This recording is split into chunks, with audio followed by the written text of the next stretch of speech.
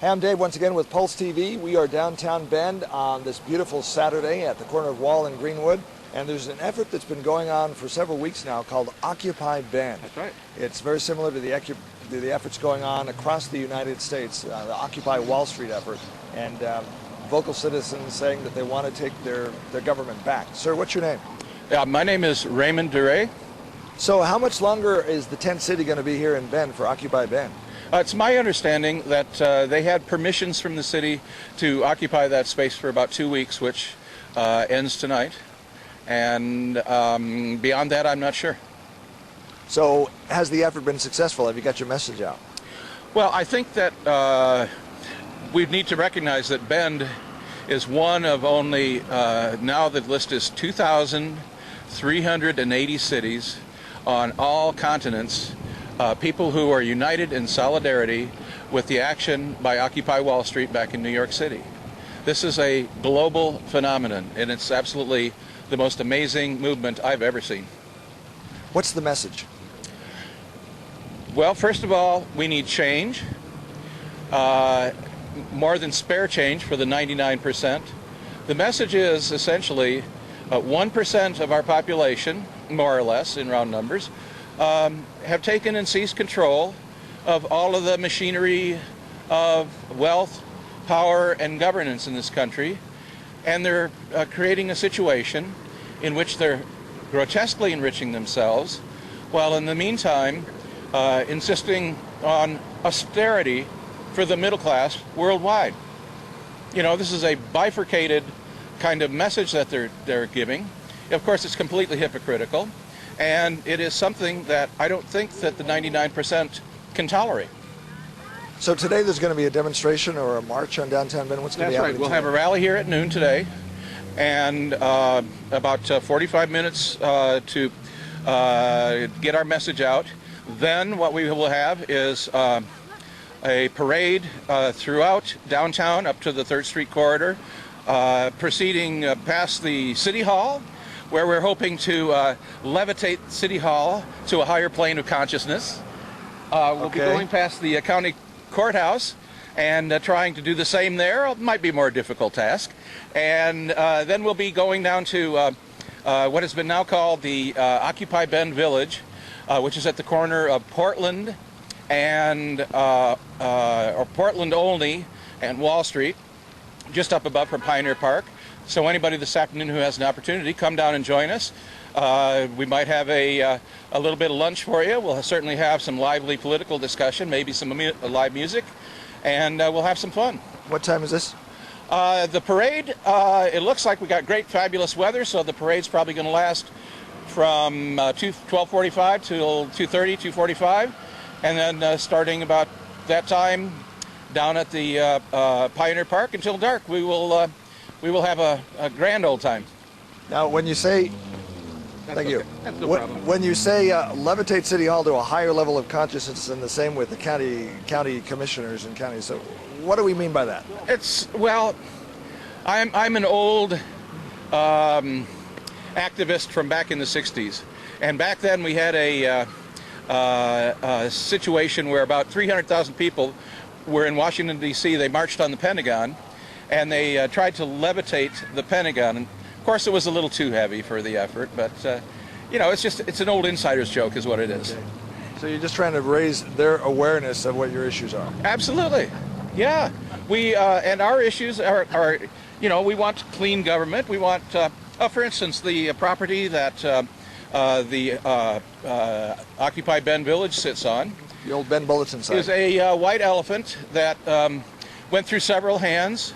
And it looks like somebody in the private sector got well enriched by that effort, and the city is stuck with a property they can't sell for $2 million less than they purchased it for. That's the sort of thing that in a city like Bend, we can't afford to do this. We can't afford to give away city's wealth, you know, to private individuals, you know, on a special insider deal. I don't know all the particulars of that one, but you know, it doesn't smell like a rose. It seems like there's a lot of frustration now. One of the signs we are looking at here says, "We are the 99%. We will no longer remain silent. Occupy Bend, rally, march and party, noon." Saturday, October 29th, which is today at Wall Street in Greenwood. So it seems to me like the populace, we're seeing this kind of thing happen across the country. That one, push it up there. There seems to be a tremendous amount of frustration from people. Well, absolutely. I mean, since 2008, we've seen at least $3 trillion of the public's wealth shoved into the banking system. The bankers are profiting themselves enormously. They're paying huge bonuses to their people, and it's our money that they're using to pay those bonuses. Now, when the savings and loans industry collapsed in the late 1980s, early 1990s, FSLIC cleaned that up, the Resolution Trust Corporation. That cost the taxpayers about $150 billion. We're talking orders of magnitude more cost to the taxpayer today than it was back in the 1990s, and yet back then there were well over 1,000 crooked CEOs and executives from the savings and loan industry who served prison time, who did restitution. And here today, since 2008, absolutely zero prosecutions based on the defraudment of the real estate industry and this subprime mortgage bubble that we're faced with. No prosecution. That means the government has been captured by an industry that is hell-bent on an immoral course of self-enrichment. This almost sounds like the Boston Tea Party, doesn't it? Where the people are rising up and saying, we don't want to take this anymore. The Boston Tea Party was a complete act of illegality where they were taking merchandise from a legitimate, it was an English tea company, but they were throwing good property away. In this movement, we're not destroying anything. We want to put things back right in our country, and there's no tea involved except what I need for my throat every once in a while because I talk too much. But it's interesting you bring up the Tea Party situation because the Occupy Wall Street movement is kind of the antithetical division of things. I know many people today have the new understanding that the Tea Party is largely the creation of people like David and Charles Koch of Koch Industries, one of the largest private corporations in America. And what they want to do is they want to get their libertarian message out through the Tea Partiers that they don't want corporations to be taxed. They don't want EPA to do any regulation. They don't want any prosecution for financial fraud. That's the kind of liberty they seek. They seek liberty from justice. Are we looking at the Tea Party being a right-wing movement and Occupy effort being more of a liberal left-wing movement? Well, we're not wanting to put labels on things, but that's what it seems like is happening. There's a progressive element to this, but a little later today you might meet a fellow by the name of Wade Fagan, who's a local businessman. He has a wood products company, and he would describe himself as being on the right, a libertarian, but not in the grasp of the corporate manipulators, who are manipulating this Tea Party movement. No, our movement, Occupy Wall Street, is broad-based, as I said, 2,400 cities across the planet, full political spectrum. Everybody just sees that we're being ripped off by the rich. Is there going to be an effort to centralize or coordinate these Occupy efforts nationwide? Oh, it's ongoing. It's every bit of it is, it's just such a rapid development. This whole thing started last summer. Something called Adbusters magazine out of Vancouver, BC, just put this fanciful image of a ballerina on the Merrill Lynch bull over on Wall Street and had her pirouetting above the bull. And the simple message was, join us. September 17th, bring a tent. And that was the inspiration to start a global movement. So who could have predicted it? And we really don't know how long the Occupy Bend effort is going to continue. It's going to be ongoing. There's no intention for it to slow down or even if it gets cold enough where the tents have to come down, the effort will continue. Yeah, right. Back in American history, there's something called the Chautauqua lectures. They occurred largely upper state New York in the middle of the 19th century, and they were ongoing for many decades. And it was an opportunity for people to become civically engaged. And that's the next step for us. Yeah, sure, it's going to be too cold to camp. You know, we don't want people hypothermic because they don't think straight. What we want them is indoors, you know, learning about our Republican form of government, learning about, you know, the social contract, learning about how movements for social justice have brought change throughout history. We want people to become aware of the power that they have within themselves to make a powerful force for change in our country, and we sure need one now. Okay, well, thank you very much for your comments. Thank you. I'm Dave Adams with the Occupy Bend movement. We're here at the corner of Wall and Greenwood on a beautiful Saturday afternoon, and we look forward to coming to your community and finding out what the pulse is in your town. We are here in downtown Bend at Wall and Greenwood, and we are here with 8-year-old Elena Hazard, who is part of the Occupy Bend effort, trying to send a message to the country. And she's holding a sign saying, "I am 8 and I owe $48,000, which is your portion of the national debt." So what is the message you have for the country? Well, the message I have is I just wanted that little kids, when they grow up, that they get to have jobs. And because if Walmart keeps going on like this, a bunch of little businesses will be going down, and when like me and a bunch of other people get old enough to have a job, there won't be too many available ones because Walmart will like have. But you're not targeting specifically Walmart, are you? But just kind of big business? Because big businesses, sort of like Walmart, are turning down a bunch of little ones. Because like one of my favorite shoe stores I went to, and now it's probably like long gone by now because of all the big businesses. Don't you think there's a place for both big and small business? Yes. But we want to help small businesses survive. Yes. Was this your idea? Well, this part, the saying of it sort of wasn't, because my mom saw somebody else do this, and she knew that it would stand, if some more people did it, it would stand out more, so people would get like more occupied in it, I guess. So what do you think? Well, I don't know. I just think that I want little businesses to get back up with bigger ones.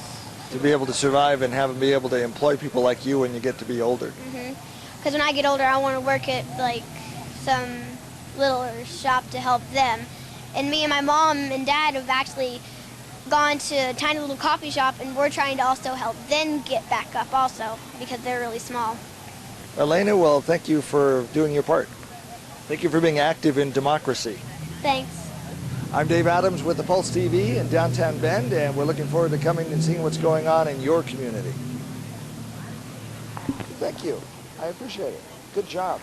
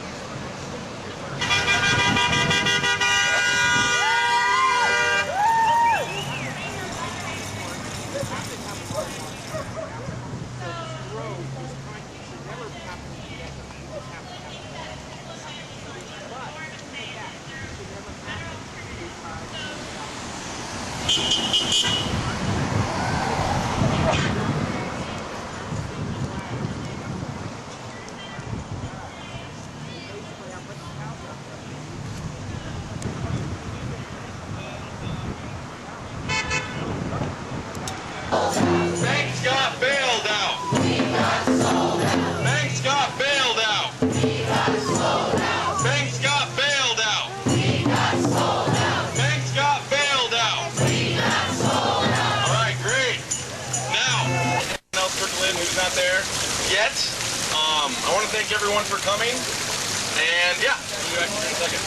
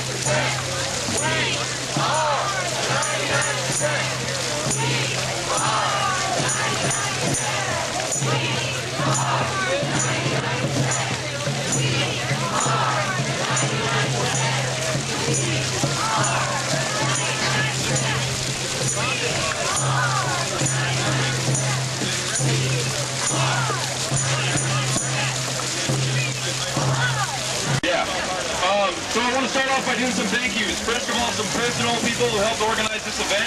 Tim Lester, Ray Harris, Ray DeRay, Dale, Harvey, and those are all the personal thank yous. And then we have some thank yous for local businesses that help make this possible.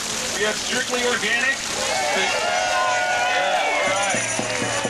The Unitarian Universalist. The Action Printing.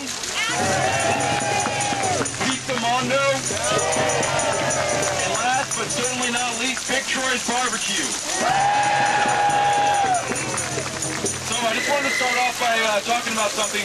Talking to a lot of people not involved with the movement, there seems to be a little misinformation about why we're here and what our message is.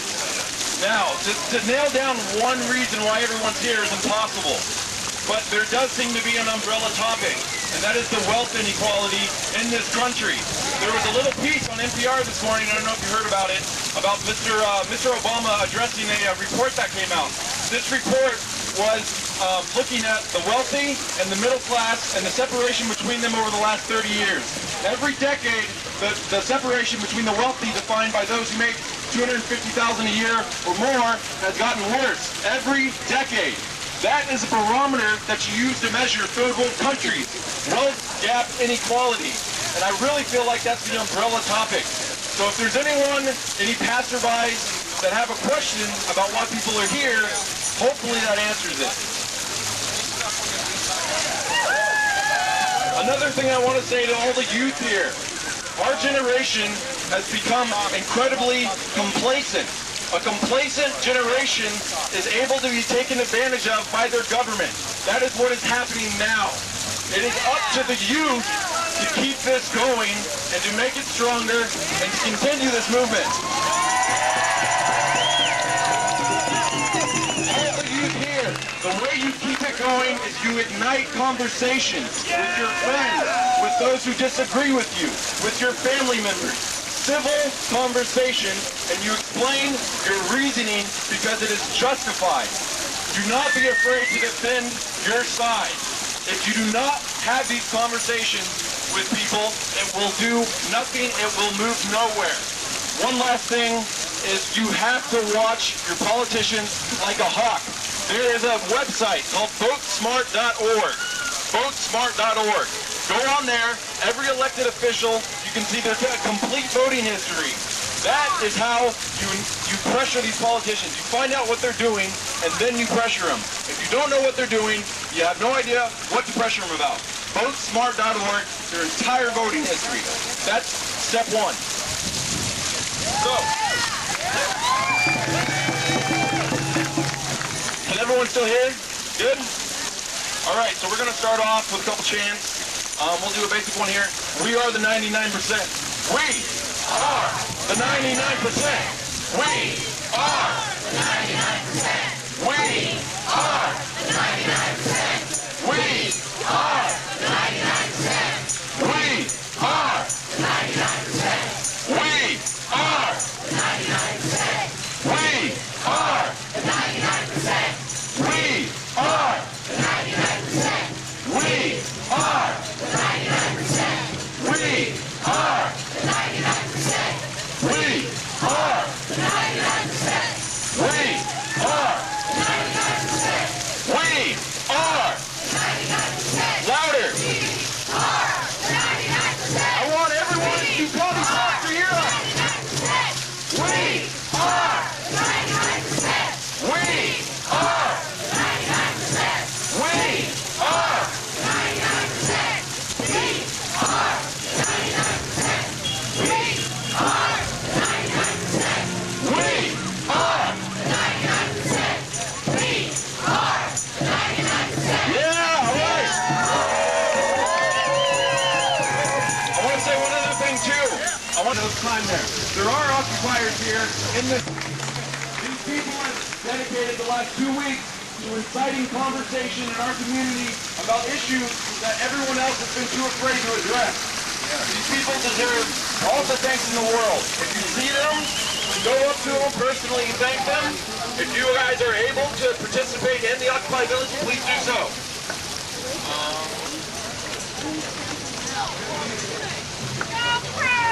Whose streets are free? Whose streets are free? Whose streets are free? Whose streets are free? Whose streets are free? Whose streets are free? Whose streets are free? Whose streets are free? Whose streets are free? Whose streets are free? Whose streets are free? Whose streets are free? Whose streets are free? Yeah!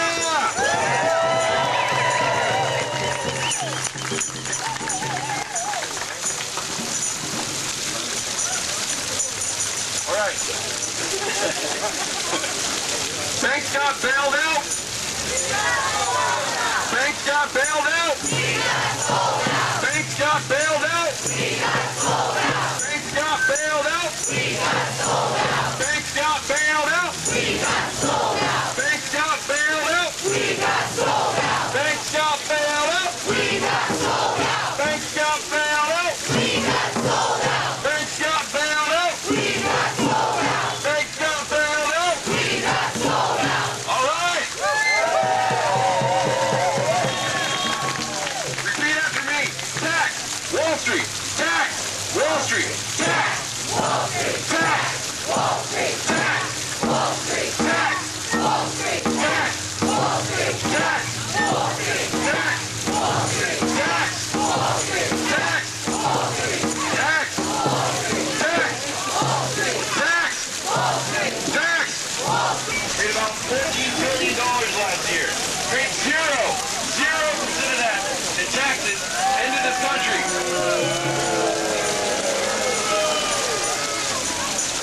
So, this next chant goes to GE. Tax Corporation. Tax. Tax. Tax. Tax. Tax. Tax. Tax. Tax. Tax. Tax. Tax.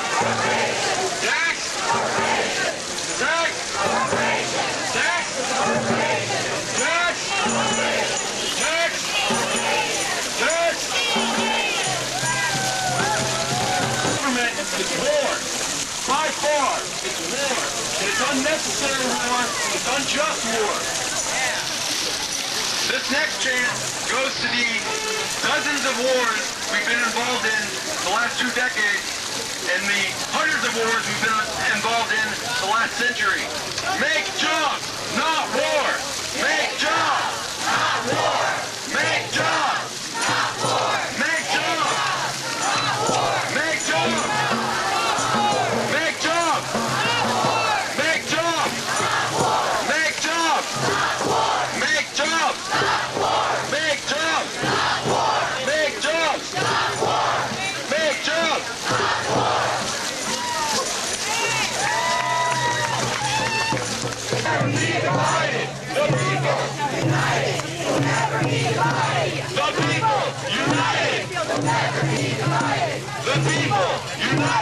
will never be divided. The people united will never be divided. The people united will never be divided. The people united will never be divided. The people united will never be divided. The people united will never be divided.